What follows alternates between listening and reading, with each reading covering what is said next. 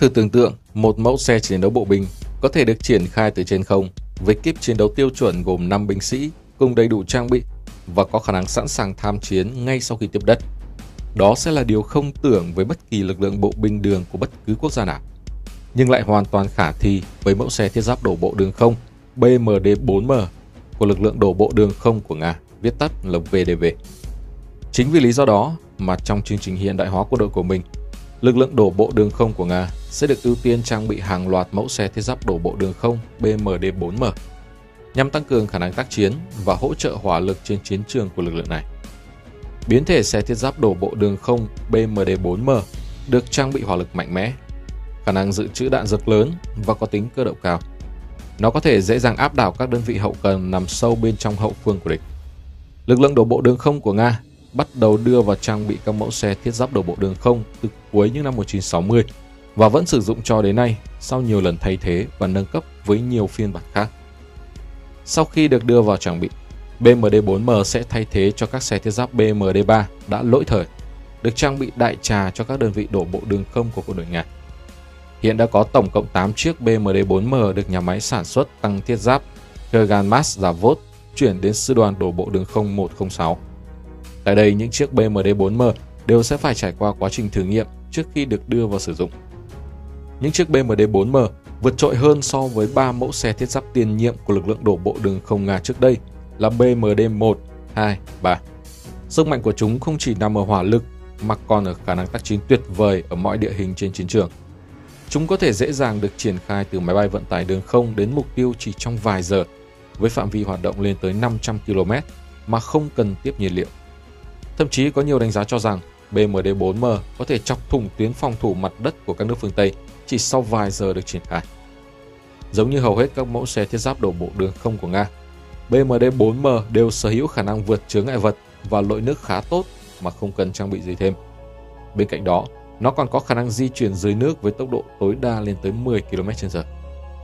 Thiết kế trưởng của BMD-4M, Sergei Sannikov cho biết, nhờ được trang bị hệ thống pháo chính mới mà phạm vi tấn công của BMD-4M đã tăng lên đến 7 km. Nó có thể dễ dàng tiêu diệt lực lượng tăng thiết giáp đối phương cũng như các công trình quân sự kiên cố ở khoảng cách an toàn. Vũ khí chính của BMD-4M gồm một pháo chính 2A70 cỡ nòng 100 ly cùng một pháo tự động đồng trục 2A72 30 ly. 2A70 còn được tích hợp hệ thống nạp đạn tự động, có tốc độ bắn từ 10 đến 12 phát trên phút, cùng với thiết bị quan sát ảnh nhiệt nhằm giúp giảm bớt công việc cho kíp chiến đấu bên trong xe. Đặc biệt, pháo 2A70 được tích hợp thêm khả năng phóng tên lửa chống tăng dẫn đường bằng laser 9M117M1 Akan với tầm bắn lên tới 5,5 km. Ngoài ra, nó còn được trang bị nhiều loại vũ khí bộ binh khác như súng phóng lựu tự động 30 ly, đại liên 7,62 ly. Dù có hỏa lực mạnh như vậy, nhưng với nước Nga, mạnh đến thế vẫn là chưa đủ. Bây giờ họ còn mong BMD-4M phải vượt xa hơn nữa với kế hoạch tích hợp tổ hợp tên lửa chống tăng mạnh nhất thế giới Kurnet. Năm 2019, hãng thông tấn TASS dẫn nguồn tin tổ hợp công nghiệp quốc phòng Nga cho hay, xe chiến đấu đổ bộ đường không BMD-4M của lính dù Nga có thể nhận được hệ thống tên lửa chống tăng Kurnet D1, được thiết kế để tăng hỏa lực của xe. Theo như chúng tôi tìm hiểu, thì tên lửa Kurnet D1 sẽ có ngoại hình không khác nhiều so với tổ hợp tên lửa chống tăng Kurnet D dành cho lục quân. Vũ khí này có khả năng tiêu diệt được những chiếc xe tăng trang bị giáp phản ứng nổ, phương tiện bọc thép hạng nhẹ và low cost. Điểm vượt trội không thể bỏ qua của tên lửa Kurnet D1 chính là khả năng phóng trong điều kiện cả đêm lẫn ngày, thời tiết xấu hoặc là khi đối phương sử dụng thiết bị tác chiến điện tử hiện đại. Vấn đề bây giờ chỉ còn là phương án tích hợp Kurnet D1 lên hệ thống chiến đấu BMD-4M.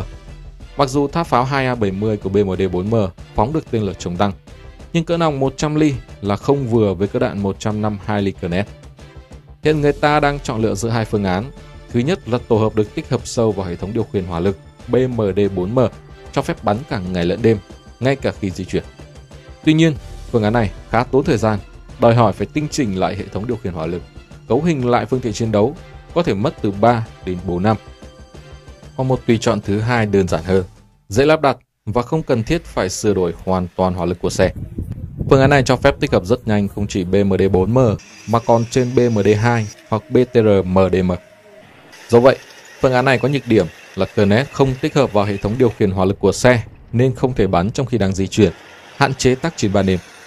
Hiện vẫn chưa rõ các chuyên gia Nga sẽ chọn phương án nào tối ưu nhất tích hợp Kurnets lên BMD-4M. Dù vậy, sớm muộn thì loại tên lửa này rồi cũng sẽ được lên thiết xa bay hiện đại nhất trên hành tinh.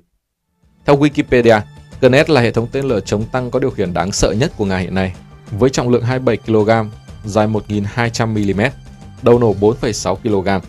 Kurnet có khả năng xuyên tới 1.200 đến 1.300 mm thép sau giáp phản ứng nổ ERA. Điều đó cho phép nó tiêu diệt dễ dàng mọi loại xe tăng hiện đại nhất hành tinh hiện nay.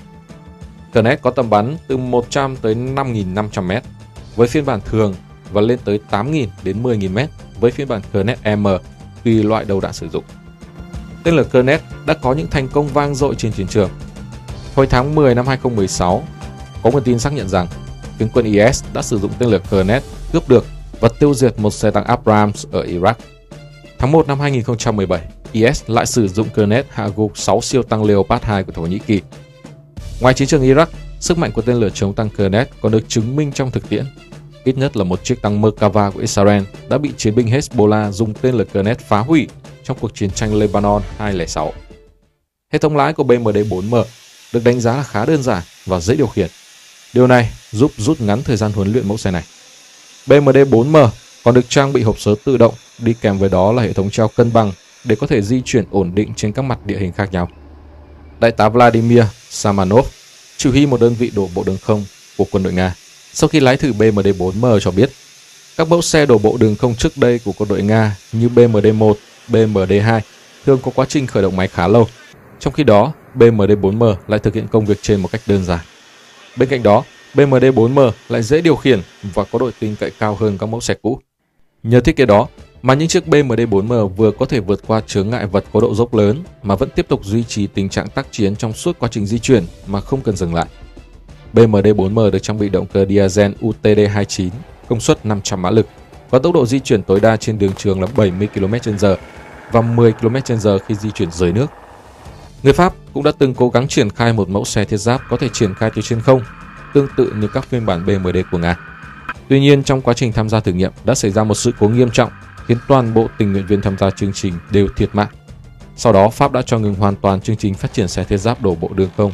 Và hiện tại ở châu Âu, không có bất cứ quốc gia nào sở hữu các mẫu xe thiết giáp đổ bộ đường không tương tự như BMD-4M của Nga.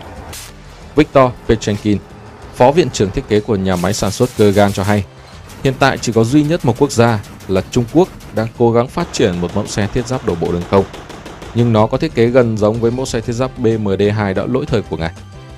Mặc dù được đánh giá khá cao, nhưng BMD-4M vẫn có những vấn đề của riêng nó.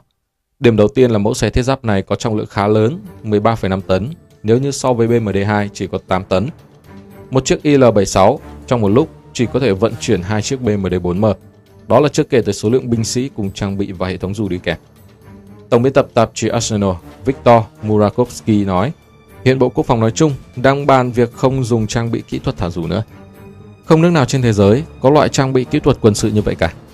Tất nhiên lính đổ bộ đường không coi đây là thành tựu, nhưng trên thực tế khó hình dung ra các điều kiện cho phép máy bay mang loại trang bị này vượt qua được lưới phòng không của địch, hoặc sau khi thả dù có thể chiến đấu hiệu quả trên những xe này. Thời Xô Viết có các chiến dịch như vậy được bảo vệ từ trên không, còn bây giờ không có trang bị kỹ thuật quân sự nào thực hiện được việc này, ông Murakovsky nhận định.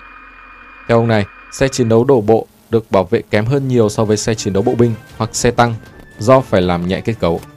Đã có những nỗ lực giải quyết vấn đề này bằng giáp bảo vệ tích cực được thả dù riêng. Nhưng chúng ta hãy thử hình dung tình huống khi mà xe chiến đấu hạ cánh một chỗ, còn độc lập với nó là một cái kiểu nặng 1,5 đến 2 tấn hạ cánh xuống. Vậy ai sẽ lắp khối thiết bị này trong các điều kiện tác chiến? Nhưng vấn đề chủ yếu là ở chỗ các xe chiến đấu đổ bộ đường không có kẻ địch thực. Quân đổ bộ rất lợi hại trên các chiến trường lớn. Chúng ta có 2 chiến trường ở phía Tây là NATO, ở phía Đông là Trung Quốc, ông này nói. Ngoài ra, không còn ở đâu có thể sử dụng đổ bộ đường không nữa. Thậm chí ở Nam Ossetia, lính đổ bộ đường không cũng đã dẫn theo đường bộ. Vì nếu đưa máy bay Il-76 thả dù những xe này đến đó, thì chúng đã nằm lại đó cả rồi. Đối với phòng không của kẻ địch thì máy bay vận tải chỉ như những con bò hậu đậu trên mặt bằng, ông Murakovsky nói thêm.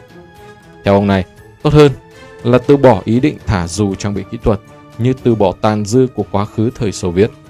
Đơn giản hơn là dùng những xe bọc thép hạng nhẹ như Tyk hay Linz để yểm trợ hỏa lực cho quân đổ bộ. Các xe này nặng dưới 5 tấn và có thể được thả bằng các hệ thống dù thường, trong khi BMD nặng 13,5 tấn cần dùng hệ thống dù đặc biệt hơn. Tuy nhiên, đầu năm 2021, những chiếc xe chiến đấu đổ bộ đường không BMD-4M đã tiến hành đổ bộ từ trên không xuống khu vực Kostrom trong một cuộc tập trận gần đây của lực lượng dù Ivanovo của Nga. Trong quá trình huấn luyện, hơn 650 quân nhân và 8 đơn vị BMD-4M đã thực hiện đổ bộ từ máy bay vận tải quân sự Il-76MD. Hiện tại, những chiếc BMD-4M được chuyển giao cho quân đội Nga tuy có thể chấp nhận được, nhưng để có thể bảo đảm độ an toàn trong mỗi chuyến bay, thì lực lượng đổ bộ đường không của Nga vẫn yêu cầu thực hiện kiểm tra toàn bộ những BMD-4M mới được trang bị và phải được kiểm tra với nhiều loại máy bay vận tải khác nhau.